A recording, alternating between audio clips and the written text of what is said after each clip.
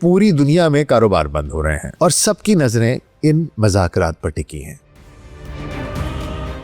Trump کے یہ جو 15 نکات ہیں، ان کا خلاصہ ہے کیا؟ جواب میں ایران کا رد عمل کیا ہے؟ ایران کا یہ الزام کہ امریکہ ٹائم بائی کر رہا ہے کتنا درست ہے؟ کون کون سی مزید امریکی فوجی یونٹس کو خلیج میں بھیجا جا رہا ہے؟ ان کو امریکہ کس جگہ پر استعمال کر سکتا ہے؟ کیا بوٹس آن گراؤنڈ ہونے جا رہے ہیں؟ اگر ہے تو کہاں کہاں پر آپشنز ہیں؟ فلپینز نے ہنگامی حالت کا اعلان کر دیا ہے کیونکہ ایندھن کی قلت سے معیشت رک گئی ہے ان کی۔ بین الاقوامی توانائی ایجنسی نے مختلف ممالک کو اپنے تیل اور گیس کے ذخائر کو محفوظ رکھنے میں مدد کے لیے 10 سفارشات کی فہرست شائع کی ہے۔ ان میں کووڈ طرز پر ورک فرام ہوم جیسی تجاویز بھی شامل ہیں۔ اور کیا ٹرمپ اور نیتن یاہو ایران کو دھوکہ دے رہے ہیں؟ پاکستان اس کھیل میں کہاں کھڑا ہے؟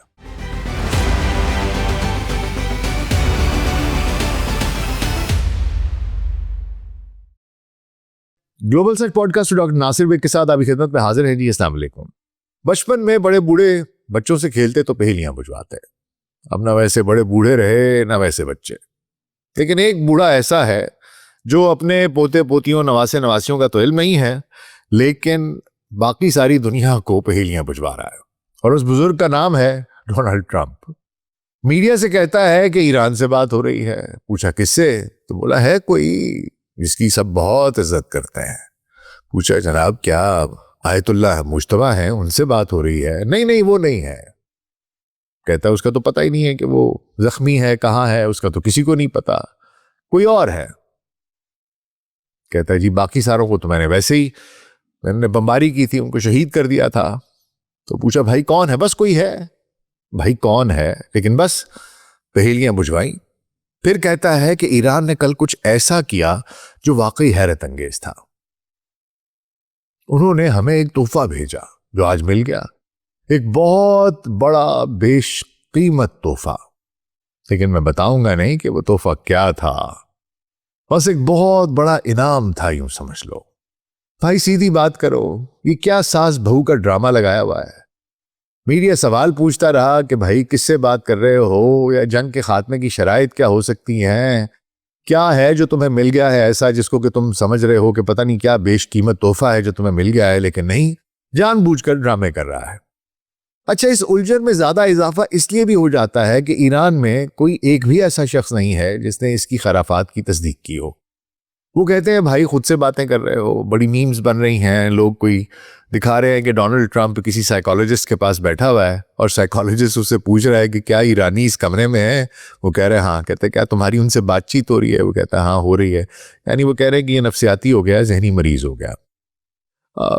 دیکھیے، خبریں یہ ہیں کہ امریکہ نے مبینہ طور پر ایران میں جنگ کے خاتمے کے لیے 15 نکاتی تجویز پیش کی ہے، اور ایران نے ان تجاویز کو مسترد بھی کر دیا ہے۔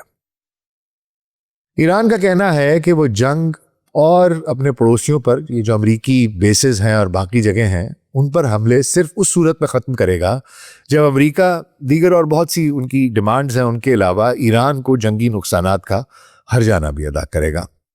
امریکہ آبنائے ہرمز کو دوبارہ کھولنے اور توانائی کی برآمدات بحال کرنے کے لیے ایران پر دباؤ ڈال رہا ہے۔ ایران نے انکار کر دیا ہے۔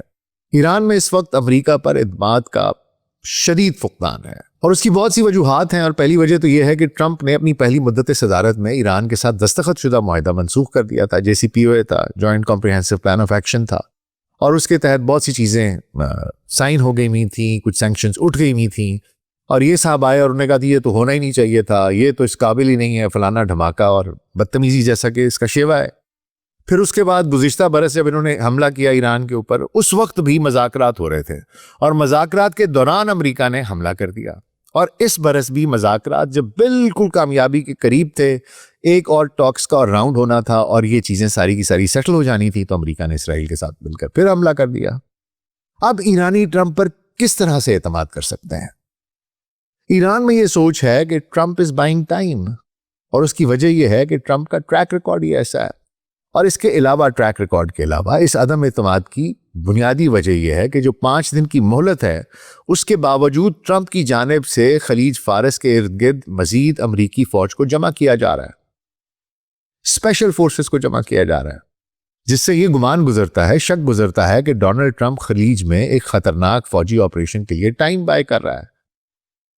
ہزاروں امریکی فوجی جو ہیں وہ مشرق وسطی کی طرف بڑھ رہے ہیں، جبکہ ٹرمپ ایسے شو کر رہا ہے جیسے دونوں فریق بات چیت کر رہے ہیں اور جنگ جیسے کہ ختم ہونے کے قریب ہے۔ دوسری جانب اسرائیل کا کہنا ہے کہ وہ تو جنوبی لبنان نہیں چھوڑے گا چاہے جنگ ختم ہی کیوں نہ ہو جائے۔ ایک طرف دنیا انتظار کر رہی ہے اور سوچ رہی ہے کہ آیا واقعی بات چیت ہو رہی ہے کہ نہیں ہو رہی، اور دوسری طرف فضائی حملے جاری ہیں۔ تہران میں بمباری سے کم 12 افراد شہید ہو گئے ہیں مزید۔ اس کے علاوہ بشہر جوہری جو بجلی گھر ہے اس کے قریب دوسرا حملہ کیا گیا ہے۔ یہ ایران اور روس کا مشترکہ نیوکلیر پلانٹ ہے، اور روس کو تشویش ہے کہ بار بار نیوکلیر سائٹس کو کیوں نشانہ بنایا جا رہا ہے، اس کا مقصد کیا ہے۔ انہوں نے تشویش کا اظہار کیا اور انہوں نے کہا کہ ہمیں ڈر ہے کہ اس بمباری سے کہیں ریڈیشنز لیک نہ تو نہیں ہو گئیں، اور روس نے یہ بھی سوال اٹھایا کہ امریکہ کیا چاہتا کیا ہے، نیوکلیر پلانٹ تباہ ہو اور ریڈیشنز جو ہے وہ پھیلے اور اس سے نقصان ہو انسانیت کا اور سویلینز کا۔ انہوں نے آج بڑے شدید تحفظات کا اظہار کیا اس بات پر کہ تم کیا کوئی نئی ریڈ لائنز ڈرا کر رہے ہو یہاں پر۔ وہیں اسرائیل پر بھی ایران نے اپنے حملے جاری رکھے ہوئے ہیں۔ تل ابیب کے قریب ایک رہائشی عمارت ایرانی میزائل سے ٹکرانے کے بعد گر گئی، جس سے کئی افراد زخمی ہوئے۔ ایران نے کویت ایئرپورٹ پر تیل کے ٹینکر کو نشانہ بنایا۔ لبنان میں 33 افراد اس وقت شہید ہوئے جب اسرائیل نے زمینی حملے سے قبل جنوبی لبنان میں بہت ہی شدید قسم کی بمباری کی۔ اسرائیل نے اس بات کی تصدیق کر دی ہے جناب کہ وہ جنوبی لبنان پر دوبارہ قبضہ کرنے کا ارادہ رکھتا ہے، اور اس نے لتانی دریا پر 5 پلوں کو اڑا دیا ہے، جس سے 10 لاکھ سے زیادہ جو لبنانی ہیں وہ بے گھر ہو گئے ہیں اور ان کے لیے راستہ بند ہو گیا ہے۔ اسرائیل کا جو وزیر دفاع ہے اس کا کہنا یہ ہے کہ ان شہریوں کو واپس نہیں آنے دیا جائے گا۔ وہیں دوسری جانب اس جنگ کے اقتصادی اثرات جو ہیں وہ خلیج کے ساحلوں سے پرے دور دور تک پوری دنیا میں محسوس کیے جا رہے ہیں۔ فلپینز نے ہنگامی حالت کا اعلان کر دیا ہے کیونکہ ایندھن کی قلت سے معیشت رک گئی ہے ان کی۔ اس کے علاوہ پاکستان، مصر، برطانیہ اور دیگر بہت سے ملکوں میں حکومت ایندھن کی راشننگ پر غور کر رہی ہے، یعنی اس بات پر پابندیاں عائد کی جائیں کہ کون کتنا ایندھن خرید سکتا ہے، استعمال کر سکتا ہے۔ بین الاقوامی توانائی ایجنسی نے مختلف ممالک کو اپنے تیل اور گیس کے ذخائر کو محفوظ رکھنے میں مدد کے لیے 10 سفارشات کی فہرست شائع کی ہے۔ ان میں کووڈ طرز پر ورک فرام ہوم جیسی تجاویز بھی شامل ہیں۔ اب ایسے حالات میں جبکہ پوری دنیا میں کاروبار بند ہو رہے ہیں اور سب کی نظریں ان مذاکرات پر ٹکی ہیں کہ ان کا نتیجہ کیا نکلتا ہے، ایسے حالات میں یہ جاننا ضروری ہے کہ ٹرمپ کے یہ جو 15 نکات ہیں ان کا خلاصہ ہے کیا، اور ان کے جواب میں ایران کا رد عمل کیا ہے۔ ایران کا یہ الزام کہ امریکہ ٹائم بائی کر رہا ہے کتنا درست ہے، کون کون سی مزید امریکی فوجی یونٹس کو خلیج میں بھیجا جا رہا ہے، اور ان کو امریکہ کس جگہ پر استعمال کر سکتا ہے، کیا بوٹس آن گراؤنڈ ہونے جا رہے ہیں، اگر ہے تو کہاں کہاں پر آپشنز ہیں، اور کیا ٹرمپ اور نیتن یاہو ایران کو دھوکہ دے رہے ہیں، پاکستان اس کھیل میں کہاں کھڑا ہے، اور آخر میں ہمارا مختصر سا تجزیہ۔ تو آج کے پروگرام میں اس سب پر بات ہوگی، تو حضور اگلے 10 سے 15 منٹ کے لیے دھیان ذرا ادھر، اور اگر ہمارا کانٹینٹ پسند آ رہا ہے تو ویڈیو کو لائک اور چینل کو سبسکرائب کر دیجیے گا۔ تو آئیے آغاز کرتے ہیں۔ دیکھیے جناب، صدر ٹرمپ نے تہران کو ایک 15 نکاتی منصوبہ بھیجا ہے جس سے 4 ہفتوں کی جنگ کے بعد فضائی حملوں سے مذاکرات کی طرف ممکنہ تبدیلی کا اشارہ ایک اندیا مل رہا ہے۔ نتیجے کے طور پر عالمی تیل کی قیمتوں میں فوری طور پر 6% کمی بھی ہو گئی ہے۔ نیو یارک ٹائمز کی ایک رپورٹ کے مطابق پاکستان مرکزی بیک چینل کے طور پر ابھرا ہے، جس نے ایران کی قیادت کو یہ 15 نکاتی روڈ میپ جو ہے یہ پاکستان نے ان تک پہنچایا ہے۔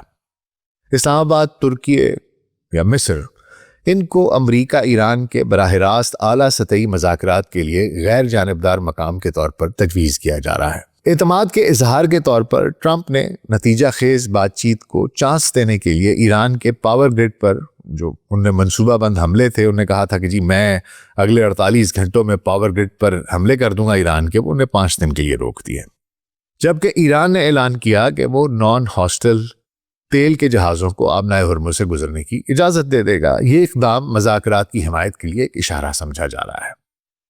اچھا 15 نکات کے اندر ہے کیا؟ دیکھیے اگرچہ سرکاری طور پر کوئی دستاویز ایسی نہیں ہے جس کو عوامی طور پر شیئر کیا گیا ہو، لیکن بین الاقوامی میڈیا کے مطابق جو ممکنہ نکات ہیں وہ کچھ یوں ہو سکتے ہیں کہ جوہری ہتھیاروں اور جوہری توانائی کے بارے میں سب سے پہلی بات تو یہ ہے کہ جی جو تمام افزود شدہ یورینیم ہے ایران کے پاس، اس کے جتنے بھی ذخائر ہیں ان کو ایران سے باہر بھیج دیا جائے گا۔ وہ امریکہ کہتا ہے جی آپ ہمیں دے دیجئے، مطلب یہ کہ ایران سے باہر جانے ہیں، وہ آگے ڈسکشن کریں گے کہ اس کا کیا کرنا ہے انہیں۔ پھر افزودگی کی جو سہولیات ہیں ان کو 1 ماہ کے اندر ناقابل استعمال بنا دیا جائے، اور جو سینٹریفیوجز ہیں ان کو ناکارہ بنا دیا جائے، اور جو نتانز اور فوردو کی نیوکلیئر سائٹس ہیں ان کی ڈسمینٹلنگ کر دی جائے IAEA کی نگرانی میں۔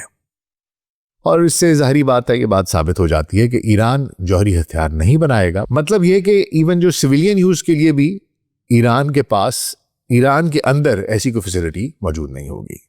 تو اس کی جگہ پر ایک اور تجویز یہ ہے کہ علاقائی افزودگی کی جائے، یعنی کہ سویلین استعمال کے لیے امریکہ، متحدہ عرب امارات، قطر اور سعودی عرب کو شامل کرتے ہوئے ایک علاقائی افزودگی کنسورشیم کی تشکیل کی تجویز ہے، جو ممکنہ طور پر ایک بیرونی مینیجر کے تحت ہوگا۔ اس کے تحت جناب جب ان کو چاہیے ہوگا تو وہ کہتے ہیں جس کنسورشیم میں آ کے آپ نے جس قسم کی بھی کوئی آپ کو سویلین اس کے لیے چاہیے تو آپ یہاں پر آگے کر لیجیے۔ اور دوسرا آپشن یہ بھی دیا جا رہا ہے کہ پاکستان کے پاس سہولت موجود ہے، اس کو استعمال کر لیا جائے، اور ظاہری بات ہے وہاں پر IAEA کی ایکسیس ہے۔ اس کے بعد ہے جی پابندیوں کی ایک حدود جو ہے وہ طے کی جائیں، یعنی کہ جو صرف جوہری توانائی کی وجہ سے عائد پابندیاں ہیں وہ ہٹائی جائیں گی، جبکہ انسانی حقوق اور دہشت گردی کی وجہ سے عائد پابندیوں کو برقرار رکھا جائے گا ایران پر۔ اچھا پھر ایک اور کہانی یہ ہے کہ IMF سے لونز جو ہیں وہ لے کے دیے جائیں ایران کو، ان کو واپس اس جنگل میں پھنسانے کی کوشش کر رہے ہیں۔ اور اس کا ایک اور بہت بڑی وجہ یہ ہے کہ ان کو ڈالرز میں لون ملے گا تو ان کو واپس ڈی ڈالرائزیشن سے بچانا ہے، اور ان کو واپس ڈالر کے اور یہ اپنا جو پورے کا پورا جال ہے اس کے اندر واپس گھسیٹنا ہے۔ پھر ظاہری بات ہے جب یہ لون دیتے ہیں، اس طرح کے پیسے دیتے ہیں تو اس پر کنٹرول بھی کرتے ہیں، تو آگے اخراجات پر کنٹرول کی بھی بات ہوتی ہے کہ جو فنڈز ہیں ان کے استعمال پر سخت پابندیاں ہوں گی، خاص طور پر بیلسٹک میزائلز کی ترقی کے لیے ان کو استعمال نہیں کیا جائے گا۔ پھر ایک پوائنٹ یہ بھی ہے کہ 5 سال کے لیے میزائل پروگرام کو فریز یا لمیٹڈ کر دیا جائے گا، صرف اس کی اجازت ہوگی۔ پھر آبنہ ہرمز کے کنٹرول کی بھی کہانی ہے کہ جی آبنہ ہرمز کے کنٹرول کے لیے بین الاقوامی باڈی کوئی تشکیل دی جائے، ایران کے کنٹرول میں نہ ہو۔ اب یہ پوائنٹس ہیں جو کہ پتہ چلے ہیں کہ اس سے ملتے جلتے اس کا خلاصہ یہ بنتا ہے سارے کے سارے پوائنٹس کا۔ اچھا اب ناقدین کا کہنا یہ ہے کہ یہ منصوبہ مئی 2025 کے ٹرم شیٹ کا ایک ریسائیکل شدہ ورژن ہے جسے ایران پہلے ہی مسترد کر چکا ہے۔ منصوبے کا زیادہ تر حصہ جوہری سہولیات پر مرکوز ہے، جنہیں بقول ٹرمپ کے امریکہ بمباری سے پہلے ہی تباہ کر چکا ہے۔ تو بھائی اب پھر کس چیز پر بات کرنی ہے؟ باقی جہاں تک نیوکلیئر باتیں باقی تھی تو وہ تو پہلے بھی وہ مان چکا ہوا تھا۔ تو یہ ایک بہت بڑی ڈائیکاٹمی ہے اور ایک بہت بڑا آپ سمجھ لیجئے کہ منافقت دکھائی دیتی ہے جو کچھ ہو رہا ہے۔ لیکن بہرحال اس کے علاوہ پھر خبریں یہ ہیں کہ مذاکرات جو ہیں وہ اگلے ہفتے متوقع ہیں، اور JD وینس اس کے لیے ابھی تک کی خبریں یہ ہیں کہ موسٹ پروبیبلی اسلام آباد پاکستان آئیں گے۔ اس کے علاوہ کچھ جگہوں پر میں دیکھ رہا تھا ترکیے کا نام بھی سامنے آ رہا ہے، اور کچھ جگہوں پر مصر بھی ایک آپشن کے طور پر اس پر بھی بات کی جا رہی ہے۔ اب ایرانی رد عمل کیا ہے جی؟ ایران نے جتنے بھی یہ نکات تھے ان کو مسترد کر دیا ہے اور جنگ کے خاتمے کے لیے اپنی 5 شرائط رکھی ہیں۔ پہلا کہ دشمن کی طرف سے جارحیت اور قتل کا مکمل خاتمہ کیا جائے، جو ان کے بار بار لیڈرز کو نشانہ بنایا جاتا ہے، ان کی چاہے عسکری لیڈرشپ ہو، ان کی پولیٹیکل لیڈرشپ ہو، ان کی ریلیجیس لیڈرشپ ہو، ان کو جس طریقے سے نشانہ بنایا جاتا ہے وہ کہتے ہیں جی اس کو بند کریں، یہ نہیں ہوگا۔ اس کے بعد وہ کہتے ہیں اس بات کو یقینی بنانے کے لیے ٹھوس میکنزم کا قیام کہ اسلامی جمہوریہ ایران پر جنگ دوبارہ مسلط نہیں کی جائے گی۔ وہ کہتے ہیں جناب ایک دفعہ جو کرنا ہے کر دیں، اگر تو آپ نے دوبارہ بار بار یہی کرنی ہے، آپ کا وتیرہ یہی رہنا ہے، تو پھر اس سے بہتر ہے کہ ہم ایک ہی دفعہ لڑ مر لیں، یا آپ نہیں یا ہم نہیں۔ اور اگر آپ نے یہی رکھنا ہے کہ ہر 2 مہینے کے بعد آپ آئیں گے، اس طرح کی کوئی نہ کوئی خرافات کریں گے، بدتمیزیاں کریں گے اور پھر چلے جائیں گے، تو پھر ہمیں یہ قبول نہیں ہے۔ تو وہ کہتے ہیں کہ جی ہمیں اس چیز کی شورٹی چاہیے، کوئی میکنزم ان پلیس رکھیں تاکہ یہ نہیں ہونا چاہیے۔ پھر وہ کہتے ہیں جناب تیسرا کہ جنگی نقصانات اور ہرجانے کی ضمانت ہو اور ادائیگی کو یقینی بنایا جائے۔ وہ کہتے ہیں جو ہمارا نقصان کیا تم نے اس کو پورا کرو، کیونکہ تم نے بغیر وجہ کے ہمارے اوپر جنگ مسلط کی ہے۔ پھر چوتھا پوائنٹ یہ ہے کہ پورے خطے میں شامل تمام محاذ جتنے بھی ہیں اور اس کے علاوہ تمام مزاحمتی گروہ جو ہیں ان کے ساتھ جنگ کو فوری طور پر ختم کیا جائے. یہ بہت ضروری ہے کہ جی آپ پہلے جنگ ختم کریں پھر ہم گفتگو کرتے ہیں کہ آگے کیا کرنا ہے. اور پانچواں اور آخری نقطہ جو ہے وہ یہ ہے کہ آبنائے ہرمز پر ایران کی خود مختاری جو ایران کا فطری اور قانونی حق ہے اور رہے گا اس کو تسلیم کیا جائے. اب یہ 5 نکات ہیں جو کہ ایران نے آگے سے پیش کر دیے ہیں. اور جو میری کوئی بات چیت ہوئی ہے, جو میں نے پڑھا ہے, جو میں نے سمجھا ہے, اس کے مطابق ایران میں ایک سوچ یہ پائی جاتی ہے کہ امریکہ مذاکرات کے لیے سنجیدہ نہیں ہے, اور وہ یہ کہتے ہیں کہ جناب امریکہ از اونلی بائنگ ٹائم. اور ایران یہ اس لیے کہہ رہا ہے کیونکہ امریکہ 82nd ایئر بون کے پیرا ٹروپرز کو ایران کے ساتھ جاری جنگ کے محاذ پر بھیج رہا ہے. یہ ایران کے ساتھ جنگ میں کشیدگی اور زمینی فوج کے ممکنہ استعمال کی طرف اشارہ کرتا ہے, یعنی امریکہ گراؤنڈ اٹیک کی تیاری کر رہا ہے. دیکھیے, نارتھ کیرولائنا کے فورٹ بریگ میں تعینات 82nd ایئر بون کے 2 سے 3 ہزار فوجیوں کو مشرق وسطی میں تعیناتی کے تحریری احکامات موصول ہو چکے ہیں. یہ فوجی ڈویژن کی امیڈیٹ رسپانس فورس سے آئیں گے. یہ فورس 18 گھنٹوں کے اندر دنیا بھر میں کسی بھی جگہ مختلف مشنز کے لیے متحرک ہونے کی صلاحیت رکھتی ہے. ایلیٹ آف دا ایلیٹ ہے. یہ فوجی خلیج فارس کی طرف پہلے سے ہی سفر کر رہے 2 میرین ایکسپیڈیشنری یونٹس کے علاوہ ہیں. ان فوجیوں کی آمد کے بعد ایران کے خلاف ممکنہ استعمال کے لیے خلیج فارس کے آس پاس امریکی فوج کی تعداد تقریباً 6 سے 8 ہزار تک پہنچ جائے گی. اس کے علاوہ 50,000 مستقل فوجی الگ ہیں جو پورے خطے میں تعینات ہیں. طیارہ بردار بحری جہاز جن میں ہزاروں میرین سوار ہیں وہ پہلے ہی 9 ماہ سے اس سے بھی زیادہ عرصے سے سمندر میں موجود ہیں. جو سب سے بڑا طیارہ بردار بحری جہاز ہے ان کا USS جیرلڈ آر فورڈ, وہ آگ لگنے کی وجہ سے موڑنا پڑا تھا اور فی الحال اس کی مرمت کا کام جاری ہے, لیکن وہ بھی واپس آ جائے گا.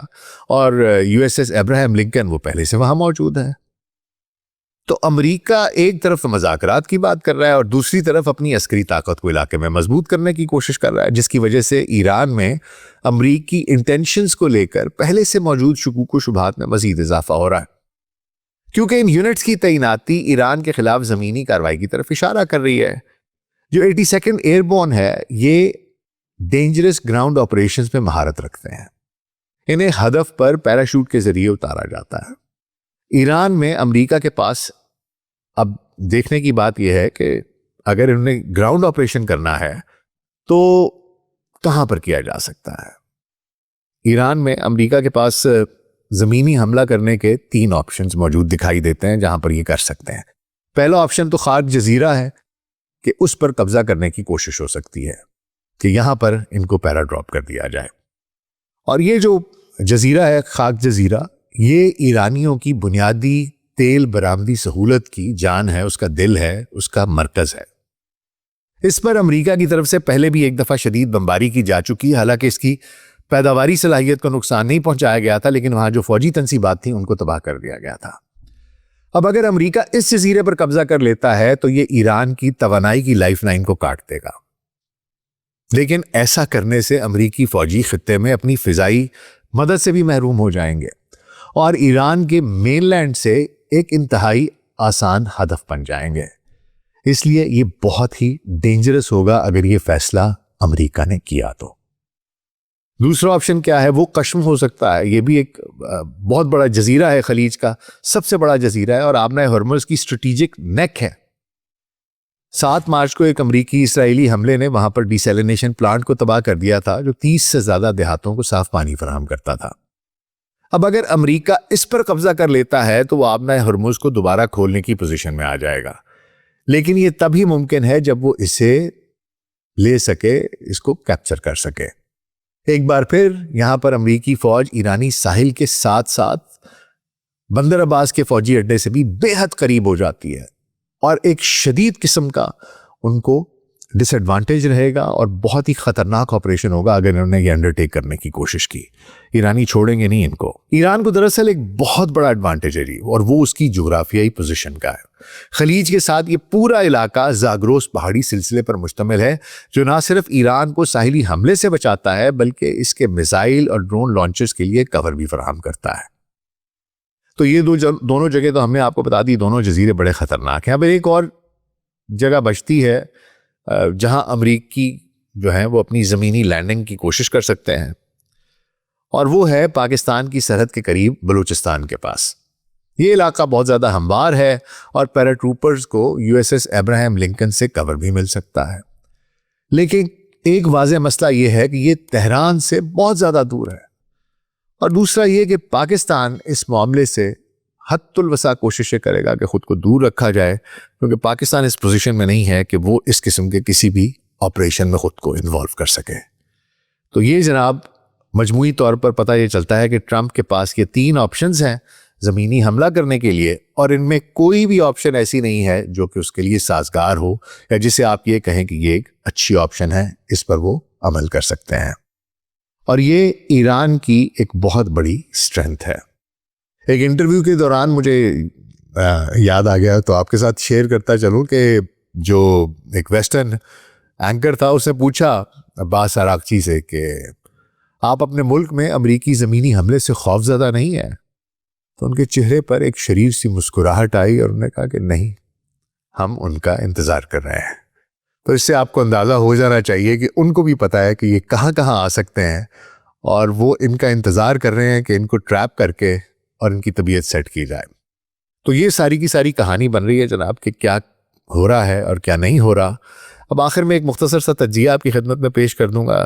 دیکھیے جناب، امریکی صدر نے جس طرح کی شرائط پیش کی ہیں نا، وہ ایسے لگتا ہے جیسے کوئی فاتح کسی مفتوح سے شرائط بنوا رہا ہے۔ ٹرمپ ایک تو بہت بڑبولا آدمی ہے، پھینکنے کا عادی ہے، بڑی بڑی بونگیاں مارتا ہے، بڑی بڑی دعوے کرتا ہے، جھوٹ بولتا ہے، اور میڈیا میں تو اس کی عادت ہے کہ وہ اس طریقے سے کھیلتا ہے۔ اس نے اپنے آپ کو بڑا سینڈو، بڑا ماچو، بڑا کوئی لارجر دین لائف، کوئی پتہ نہیں کیا اپنے آپ کو کوئی دیوتا شو کیا ہوا ہے امریکہ میں، اور وہ اپنا وہ امیج برقرار رکھنا چاہتا ہے، اس لیے وہ بات ایسے کر رہا ہے۔ اور میں کیرولائن لیوٹ کی بھی کل گفتگو سن رہا تھا، نہایت ہی اس میں بدتمیزی کا عنصر ہوتا ہے، ضرورت سے زیادہ متکبرانہ گفتگو ہوتی ہے، اور اس طرح شو کیا جاتا ہے کہ جیسے باقی سب لوگ تو پتہ نہیں ان سے کوئی بہت ہی کوئی سب ہیومن کریچرز ہیں، اور یہ پتہ نہیں کوئی اشرف المخلوقات ہے خاص۔ تو یہ ایک تو وہ یہ نہیں چاہتا کہ میڈیا کے سامنے اور امریکی عوام کو ان کے سامنے وہ اس بات کو ایڈمٹ کرے کہ اس نے ایک بہت بڑا بلنڈر مارا ہے، جس کی وجہ سے ہزاروں لوگوں کی جانیں گئی ہیں، اربوں ڈالر امریکیوں کے ضائع ہوئے ہیں، امریکی فوجیوں کی جانیں گئی ہیں، اور ایک اس نے بہت ہی اسٹوپڈ ڈیسیژن کیا ہے نتنیاہو کے کہنے پر۔ اب وہ پھنسا ہوا ہے، اور وہ اب اس طرح کی یہ سارے ڈرامے بازیاں، یہ جو پہیلیاں اور آگے پیچھے سب کچھ کر رہا ہے، یہ صرف اسی لیے کر رہا ہے۔ اور اس نے یہ جو شرائط بھی پیش کی ہیں، یہ اتنی نامعقول قسم کی شرائط ہیں کہ ان کو دیکھ کر کوئی بھی کہہ سکتا ہے کہ یہ تو کوئی بھی نہیں مانے گا۔ اور سب سے بڑی بات یہ ہے، دیکھیے حضور، کہ اب آپ کے پاس اپر ہینڈ نہیں ہے، پتے ایران کے ہاتھ میں، اپر ہینڈ اس کا ہے۔ آپ کو یہ سب کچھ پہلے مل رہا تھا، اس وقت تو آپ نے لیا نہیں۔ پہلے تو آپ نے ہرموز بھی بند نہیں تھا، اس وقت تو وہ آپ کی بات مان رہے تھے۔ اب تو ان کے پاس سب کچھ ہے، پوری دنیا کی معیشت گھٹنے ٹیک کر بیٹھی ہوئی ہے ان کے آگے، اب وہ یہ سب کچھ کیوں مانگیں گے؟ دیکھیں، نیوکلیر ڈیل کے لیے تو ایران پہلے ہی تیار تھا۔ باقی جہاں تک بات رہ گئی میزائل پروگرام کی، میزائل پروگرام روک دیا تو یہ تو ایران کے لیے خودکشی ہے۔ اگر وہ اپنا میزائل پروگرام روک لیتا ہے تو اس کا مطلب ہے اگر آج اس کے پاس یہ نہ ہوتا تو آپ تو اس کے اوپر چڑھ دوڑے تھے، اس کا تو بچتا ہی کچھ نہ۔ اور آبنائے ہرمز نہ ہوتا تو بھی امریکہ پر ایسا پریشر نہ پڑتا، ایران اس کا کنٹرول نہیں چھوڑے گا۔ اور دوسری جانب بات یہ ہے جناب کہ حقیقی اعتماد کا فقدان ہے۔ آپ نے ایک دفعہ پہلے ان کے ساتھ کیا ہوا معاہدہ آپ نے اس کو کینسل کیا، اس کے بعد آپ نے 2 دفعہ مذاکرات ہو رہے تھے اور ان کے درمیان آپ نے حملہ کر دیا۔ سب سے بڑی بات یہ ہے کہ جی جنگ ہو رہی ہے، دونوں فریق خود کو کمزور نہیں دکھانا چاہتے، ابھی بھی میزائل فائر ہو رہے ہیں، سب کچھ ہو رہا ہے، and they're both very cautious۔ Iran کو یہ خوف ہے کہ یہ سب کچھ ماننے کے بعد پھر دوبارہ حملہ کر دیں گے تو پھر کیا ہوگا۔ یہ ایک بہت بڑا مسئلہ ہے، اعتماد کا فقدان ہے۔ اس کے سب کے باوجود سفارتی سطح پر بڑا کام کرنا پڑ رہا ہے۔ پاکستان نے اس میں ایک بہت اہم کردار ادا کیا ہے، پاکستان کے ساتھ ساتھ ترکی نے، مصر نے، اور کوششیں جاری ہیں جناب۔ لیکن مسئلہ یہ ہے کہ اسرائیل باز نہیں آ رہا۔ کل بھی ٹرمپ سے اس کی بحث ہوئی ہے نتنیاہو کی، اور اس نے کہا ہے کہ جی ایران میں عوامی بغاوت کی تجویز دی اس نے کہ جی آپ کال دے دیں بغاوت کی۔ جو ٹرمپ نے مسترد کر دی. اس نے کہا یار مجھے کیا پڑی ہے کہ میں ان کو بولوں کہ تم بغاوت کرو کہ نہ کرو. تو یہ ان میں ایک اختلاف پایا جا رہا ہے کیونکہ نتن یاہو نہیں چاہتا کہ یہ جنگ بند ہو.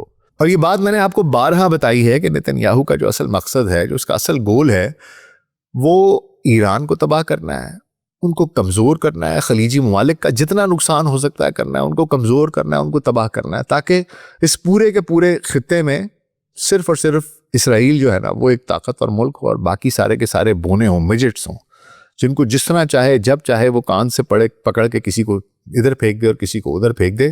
یہ اس کا اصل ایم ہے, اس کو اور کوئی ملک نہیں چاہیے. تو یہ اس وجہ سے ابھی آپ دیکھ لیں ان کے اپنے بھی اختلافات شروع ہو چکے ہوئے ہیں.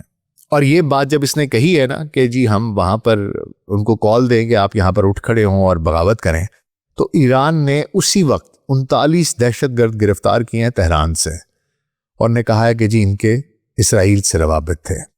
کویت میں بھی کچھ لوگ پکڑے گئے ہیں, وہ کہتے ہیں ان کے حزب اللہ سے روابط تھے, لیکن یہ لوگوں کو پکڑا جا رہا ہے جنہیں لوگ کہتے ہیں یہ دہشت گرد ہیں, جنہیں لوگ کہتے ہیں کہ یہ جاسوس ہیں. پوری دنیا کی معیشت جو ہے انہوں نے ہاسٹیج کی ہوئی ہے. تو دعا تو ہماری یہی ہے, کیونکہ جنگوں سے میں بارہا کہتا ہوں کہ کبھی کوئی مقاصد حاصل نہیں ہوتے, اور یہ جنگ تو سراسر ناانصافی تھی, مسلط کی گئی ایران پر جان بوجھ کر, صرف اس وجہ سے کہ ایک پاگل آدمی نتن یاہو, ایک بیمار آدمی ذہنی طور پر, اپنے مذہبی پتہ نہیں کوئی عقائد کا مارا وہ جنونی انسان, اس نے دنیا کی سب سے طاقتور فوج کے کمانڈر کو پتہ نہیں بلیک میل کیا ہوا ہے, مٹھی میں کیا ہوا ہے, جو کچھ بھی کیا ہوا ہے, اس سے ایک اتنا بڑا بلنڈر کروا دیا کہ پوری دنیا اس وقت اس کا خمیازہ ادا کر رہی ہے اور بھگت رہی ہے. تو دعا ہے جی کہ اللہ کرے کہ یہ بات چیت کی طرف کوئی معاملہ آ جائے اور یہ چیزیں سیٹل ہو جائیں. آپ کا اس بارے میں کیا خیال ہے, مجھے کامنٹس میں ضرور بتائیے گا. کیا ایران کو امریکہ پر ٹرسٹ کرنا چاہیے, اور کیا آپ کے خیال میں ٹرمپ واقعی سیریس ہے مذاکرات کے لیے کہ وہ ایران کو دھوکہ دے گا؟ آپ کا اس بارے میں کیا خیال ہے, مجھے کامنٹس میں ضرور بتائیے گا.